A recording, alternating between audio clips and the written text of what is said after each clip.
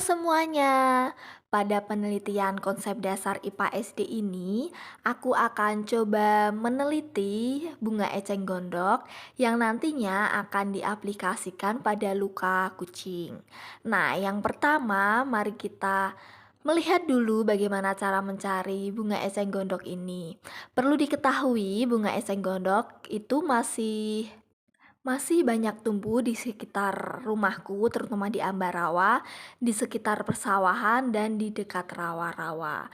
Nah, bunga eceng gondok ini belum banyak yang tahu manfaat dari bunga eceng gondok tersebut, sehingga para masyarakat sekitar hanya menggunakan bunga eceng gondok sebagai pakan ternak dan lain sebagainya. Menurut informasi yang saya dapatkan, yaitu dari CNN Indonesia, tumbuhan eceng gondok ini dapat menyehatkan kulit karena tumbuhan eceng gondok mengandung sifat antimikroba, anti jamur, dan antibakteri yang dapat mengobati banyak gangguan kulit. Jadi, ekstrak eceng gondok dapat dicampur dengan tepung beras dan kunyit untuk mengobati penyakit kulit seperti eksim. Namun, pada penelitian yang kita lakukan ini, kita menggunakan bunga eceng gondok yang dibuat menjadi ekstrak bunga eceng gondok yang kemudian diteteskan pada luka. Oh ya, ada yang sudah tahu atau belum nih kira-kira bagaimana sih penampakan dari bunga eceng gondok? Nah, ini merupakan penampakan dari bunga eceng gondok sendiri. Nah, bagaimana sih caranya membuat ekstrak bunga eceng gondok sendiri? Yuk mari kita belajar bersama. Yang pertama, bunga eceng gondok dipisahkan terlebih dahulu antara bunga dan batangnya. Di tempat atau wadah yang bersih pastinya ya, supaya tidak ada kotoran-kotoran yang ikut tercampur nantinya. Pada pembuatan ekstrak bunga eceng gondok yang pertama ini, aku sendiri menggunakan 5 tangkai bunga. Kenapa 5? Karena waktu itu aku hanya menemukan 5 saja, dan setelah semua bunganya selesai dipetik, lalu langkah selanjutnya yaitu meras eh, bunga eceng gondok tersebut supaya keluar ekstraknya yang nantinya akan diaplikasikan pada luka. Oh ya, sebelumnya untuk penggunaan bunga eceng gondok sendiri tidak dibatasi berapapun, karena saat itu aku hanya menemukan 5 tangkai bunga eceng gondok, jadi aku hanya menggunakan 5 bunga eceng gondok.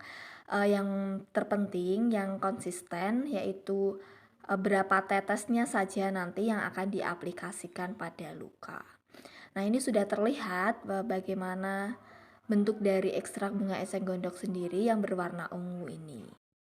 Jadi, pengambilan ekstrak bunga eceng gondok ini harus dilakukan dengan maksimal agar semua ekstrak dalam bunga eceng gondok ini keluar secara maksimal.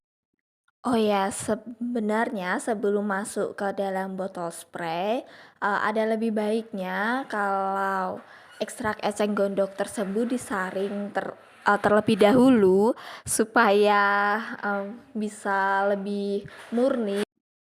Ya, ini merupakan foto-foto kucing yang terluka pada bagian hidungnya. Dan hari pertama di hidung yang terluka tersebut ditetesi dengan ekstrak bunga eceng gondok yang telah dibuat. Jadi pada saat proses penetesan ekstrak bunga eceng gondok ke luka kucing, kucing tersebut melakukan penolakan dengan menyingkirkan kepalanya dan mencakar-cakar. Nah, dalam video ini merupakan video hari pertama di mana kucing tersebut ditetes dengan ekstrak eceng gondok, dan pada awalnya saat ekstrak eceng gondok tersebut menyentuh luka kucing, kucing itu seperti memberontak. Ini adalah proses penetesan ekstrak bunga eceng gondok pada hari pertama pada siang hari. Nah, ini adalah proses penetesan ekstrak bunga eceng gondok pada hari pertama kucing. Mungkin dikarenakan karena perih karena akibat dari tetesan ekstrak tersebut. Dalam video ini merupakan video hari kedua penetesan ekstrak bunga eceng gondok pada kucing. Masih terlihat kucing tersebut melakukan penolakan karena mungkin kucing itu merasa terancam ataupun juga karena merasa tidak nyaman dengan sesuatu yang diteteskan pada lukanya. Oh ya, pada awalnya memang kami berencana untuk melakukan penetesan tersebut dengan menggunakan botol spray. Tetapi dengan botol spray malah tidak mencakup luka tersebut karena botol spray yang terlalu kuat menyemprot ekstrak eceng gondok tersebut malah menyemprot ke mana-mana. Pada hari kedua ini sudah terlihat bahwa luka sudah mulai hilang dan ada luka yang sudah mulai mengering juga.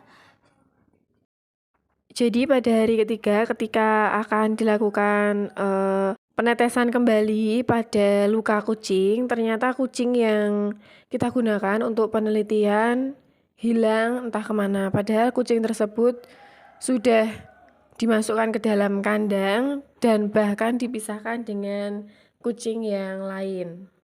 Dan ini merupakan foto terakhir di hari kedua saat pagi hari sebelum kucing tersebut entah kemana. Serta kami memutuskan bahwa ekstrak eceng gondok bisa menyembuhkan luka. Walaupun penelitian ini tidak berjalan sesuai dengan rencana awal.